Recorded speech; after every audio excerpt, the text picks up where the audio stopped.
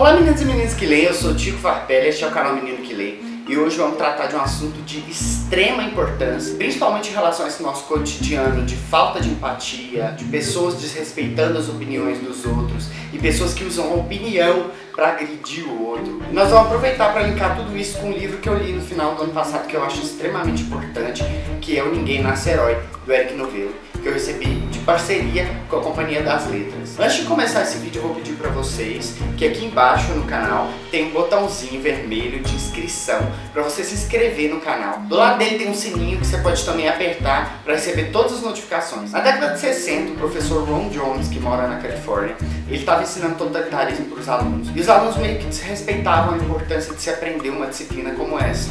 Eles estavam cansados de ouvir sobre Hitler e tudo isso.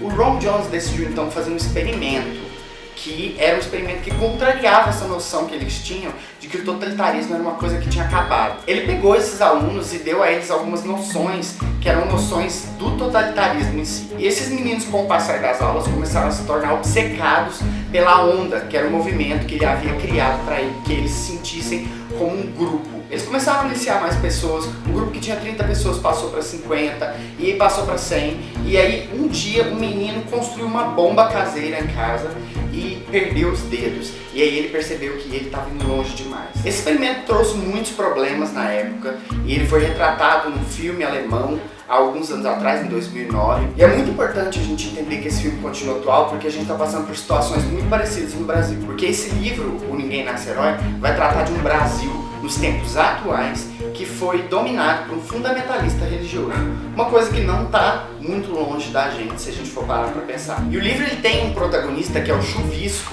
que ele é um menino que ele sofre de transtorno dissociativo da realidade, eu acho que é essa a doença dele. De alguma maneira ele identifica a vida dele com traços de fantasia, mais focados em questões de super-heróis. E com o tempo ele foi aprendendo a lidar com essas dissociações da realidade e cair nesse mundo real. Só que parece que o mundo real que ele está caído, assim, que ele está morando, habitando, tá muito parecido com uma fantasia. Eu acho que o mais importante a ser tratado nesse livro, além das temáticas, são os personagens.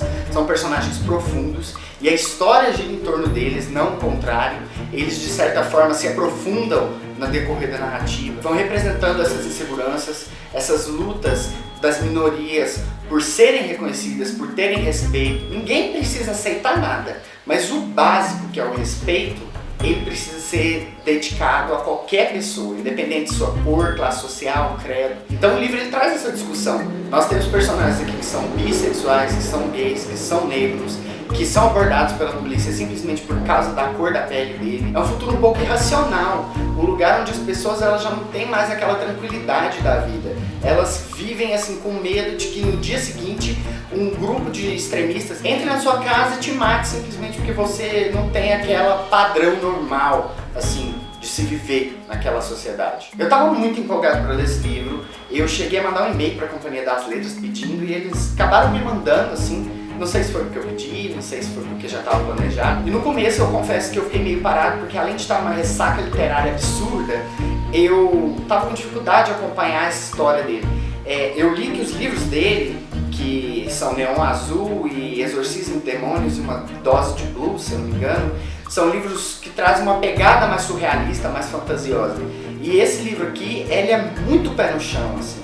Por mais que seja uma coisa que a gente acredita que não volte a acontecer, que nem os alemães achavam que o totalitarismo não voltaria a acontecer, mas hoje a gente vê que tem pessoas negando o Holocausto. Essa história ela se aproxima muito da nossa realidade. E é por isso que ela se torna tão importante. É importante que a gente sente, estude história, leia os livros, pratique a empatia, que é uma coisa que está faltando muito. Porque sem empatia a gente não se coloca no lugar do outro.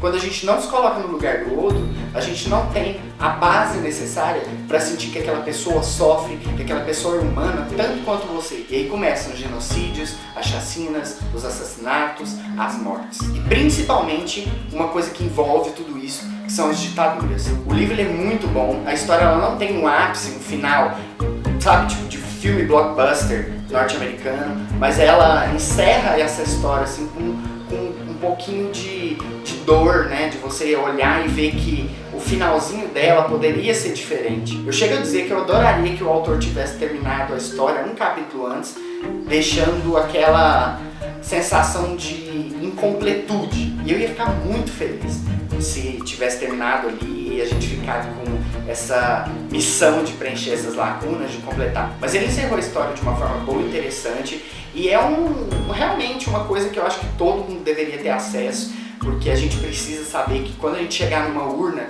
em 2018 agora, a gente vai estar decidindo não só o nosso destino, mas o destino de muitas pessoas que às vezes não vão ser representadas por esse governante que você escolheu. Então, antes de você falar assim, eu vou votar nele porque ele vai botar ordem no país, para pensar se a ordem no país não é o custo de muito sangue, muita morte. Então é isso, pessoal, o nosso vídeo de hoje se encerra por aqui. Eu quero agradecer você que assistiu o vídeo até o final. Aí embaixo tem um botãozinho de inscrição. Você pode se inscrever no nosso canal e apertar o sininho para receber todas as notificações de vídeos que eu postar. Vou pedir também, compartilhe esse vídeo nas suas redes sociais, no seu Facebook, no seu Twitter. Ajuda esse canal a crescer, porque é muito legal quando você tem uma comunidade que gira em torno de um assunto tão bacana como é a leitura. Eu desejo a vocês um excelente final de semana, boas leituras e lembrem-se, somos todos meninos e meninas que leem.